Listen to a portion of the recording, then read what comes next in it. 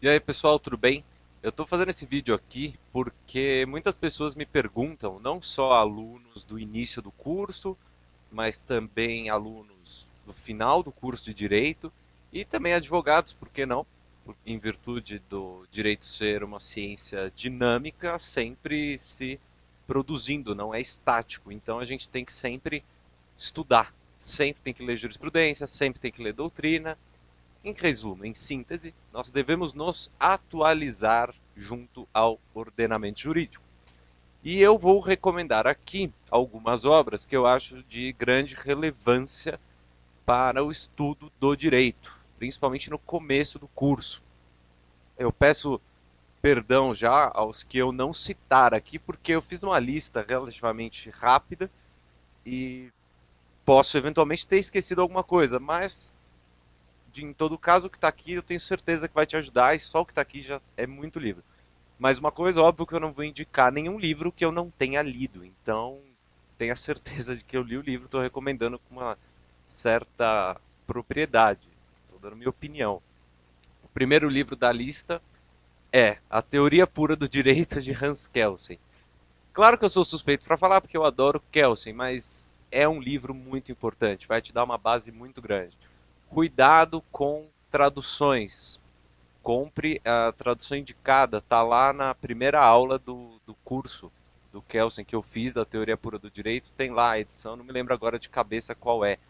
Mas você vai pagar um pouco mais caro, mas você vai ter uma obra muito boa em mãos. É muito bom, vale a pena. Busca a tradução certa para não correr risco de jogar dinheiro fora. E tradução do alemão já é complicado. Traduzir Kelsen é muito complicado. Muito. Então, essa é a minha primeira dica. Em segundo lugar, Pontes de Miranda. Pontes de Miranda, mais especificamente o Tratado de Direito Privado. Esse tratado eu não li inteiro, são 60 volumes, cada um tem mais ou menos 500 páginas. Ele comenta o Código Civil de 1916. A edição que eu leio é de 1955. Porém, há uma atualização. Eu não gosto muito de atualizações e não vejo muito problema em ler a edição mais antiga, dos anos 50, dos anos 60. Não tem problema nenhum, porque você vai pegar a teoria geral. Se você, inclusive, comparar o código de 16 com o de 2002, muitos artigos permaneceram inalterados. Portanto, acho muito válida a leitura, mesmo em se tratando do código antigo. Eu prefiro ler o original de Pontos de Miranda, só Pontos de Miranda. Ninguém mexeu ali nos escritos dele. Outra coisa, é claro que Pontos de Miranda tem 80 e poucas obras publicadas. Uma delas é o Tratado de Direito Privado com 60 volumes. Tem comentários à Constituição de 46, ele tem muita obra. Isso vale a mesma coisa para Kelsen. Kelsen escreveu mais de 400 livros, acho que Pontos de Miranda também, em torno de 400 livros.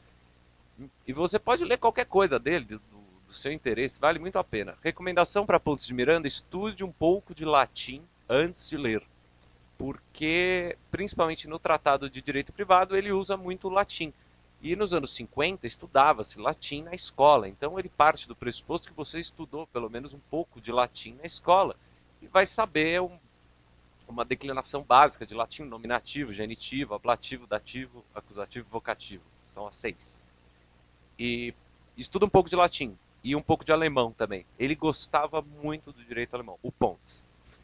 Daí também conhecer, evidentemente, Kelsen muito bem. Terceiro lugar, leia a Constituição. Sim, provavelmente você só lê a Constituição quando você está estudando algum assunto específico que está num artigo X, no artigo Y, mas provavelmente você nunca leu a Constituição inteira. São 250 artigos, não é grande. Leia com atenção. Ali pelo artigo 100 começa a ficar um pouco mais embaçado, porque tem composição do judiciário e tal. Mas leia com atenção, faça eventuais anotações, inclusive eu recomendo bastante. Mas leia a lei, conheça a lei. Isso é muito importante também. Quarto livro, Dos Delitos e das Penas. Isso é para direito penal, César e Beccaria. É um livro muito bacana do século XVIII e é fininho. Você vai encontrar ele barato por aí porque ele não tem mais direito autoral. Então são aqueles livros que vendem na banca de jornal, sabe? Que fica junto com os da LPM, assim. Procure e compra. Você vai ver a atualidade de César Beccaria. Pleno século XVIII, ele escreve o que hoje extremamente válido e aplicável. Ele vai falar sobre pena de morte, entre outras coisas. Dê a sua opinião depois, escreva sobre isso, ou eventualmente dê uma aula sobre César Beccaria, por que não?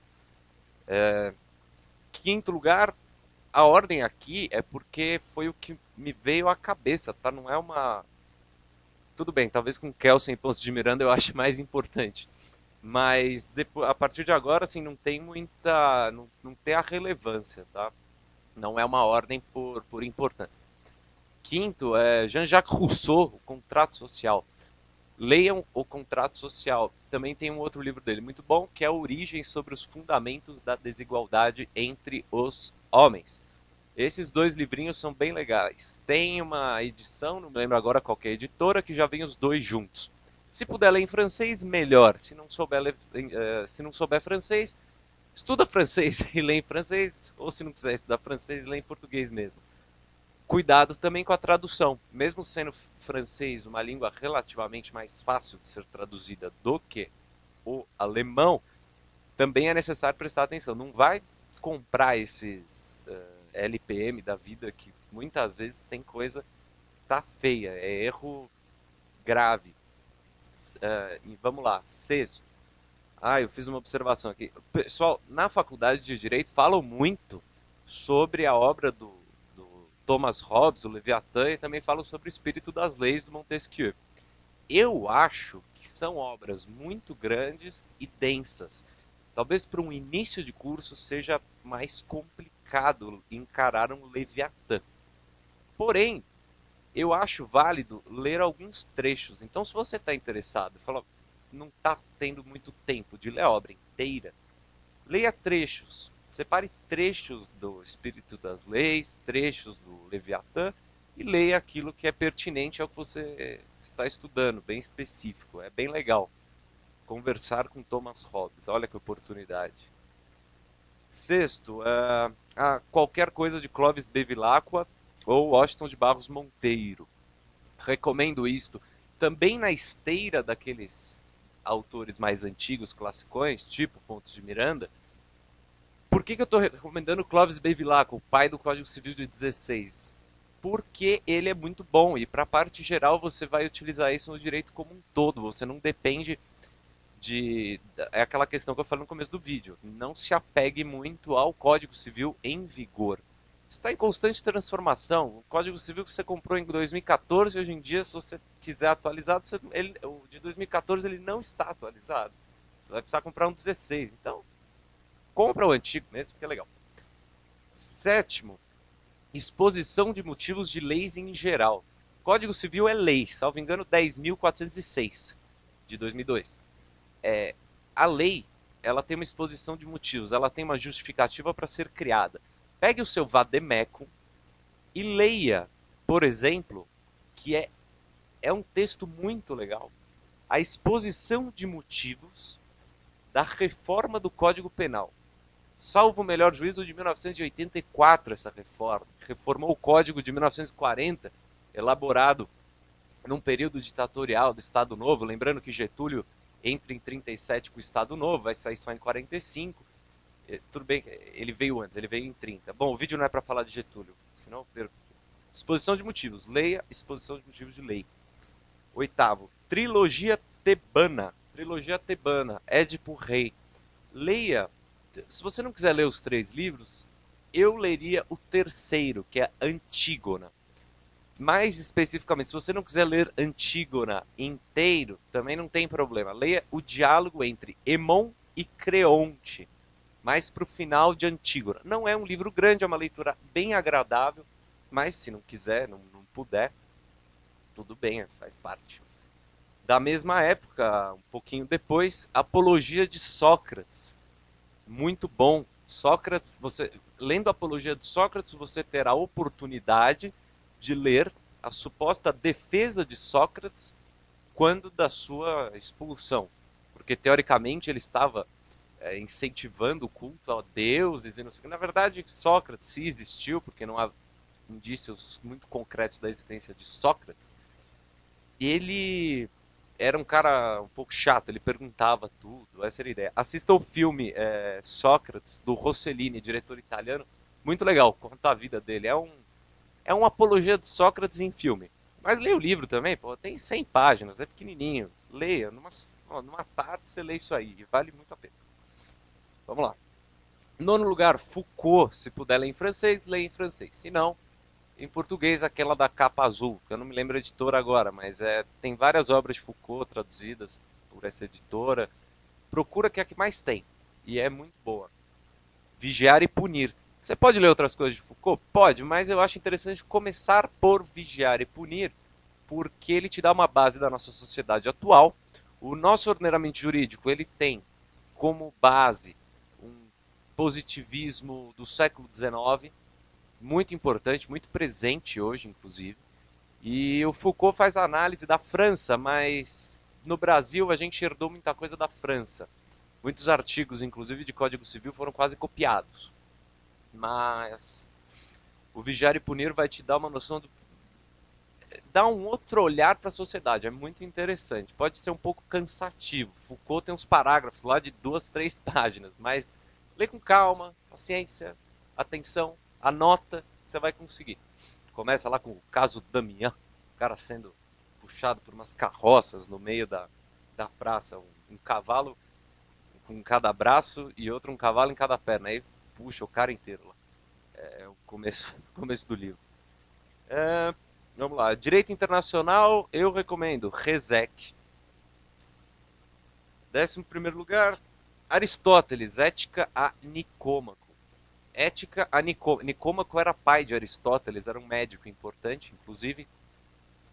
Aristóteles escreve esse livro é um meio manual jurídico da filosofia. Como devemos agir? Qual é o segredo da vida? Qual é o homem virtuoso? Qual é o homem que age com justiça? Vamos lá, 12º. Assim, separei para você que fala vários idiomas ou que vai aprender vários idiomas porque vai ler e se forçar a isso. Alemanha, leia Savigny, em alemão pode ler Savigny, Yering, pode ler Gierk, tem muitos doutrinadores. Na França, Georges Ripert e o Planiol, esses dois são de direito das coisas, direitos reais, mas eles falam do direito civil como um todo, então vale muito a pena ler mesmo. O Ripert, inclusive, vai para uma área, ele tem livros de sociologia, muito interessantes também. Leia em francês se puder, não sei o que tem em português, eu não sei.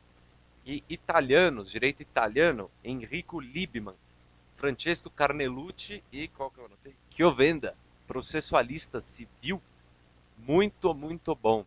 Esse Enrico Liebman, salvo engano, é ele. Ele, com 14 anos, ele desenvolveu a teoria do processo civil que a gente usa até hoje. Eu acho que é o Enrico Liebman, que é a sincrética.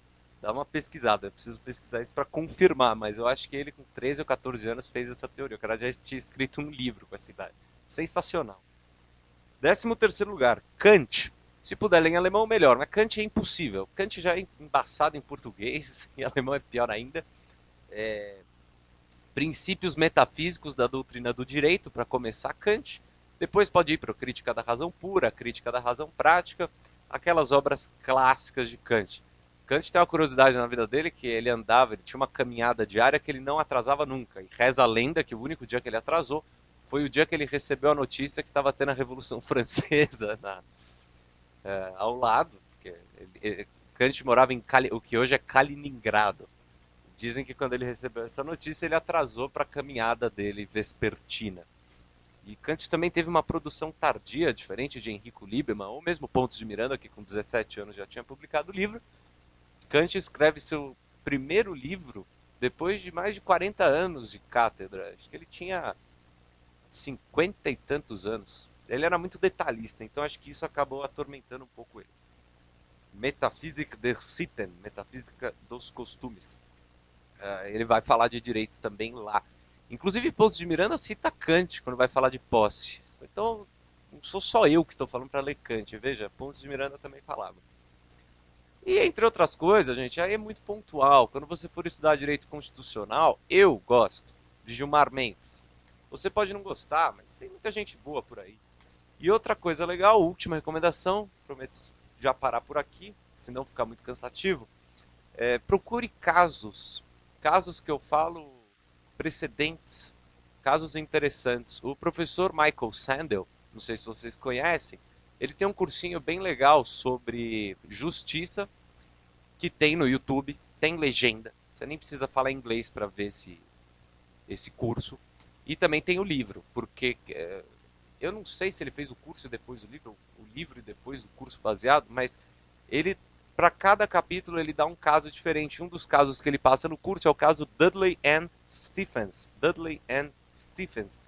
Esse caso é de uma embarcação que afundou e 4 ou 5 marinheiros conseguiram escapar com um bote e eles ficaram à deriva no mar. Um deles morreu e eles comeram o corpo do outro para conseguir sobreviver. E depois foram resgatados e foram julgados na Inglaterra. Eu não vou falar o que aconteceu, senão vai perder a graça. Procura o caso Dudley and Stephens.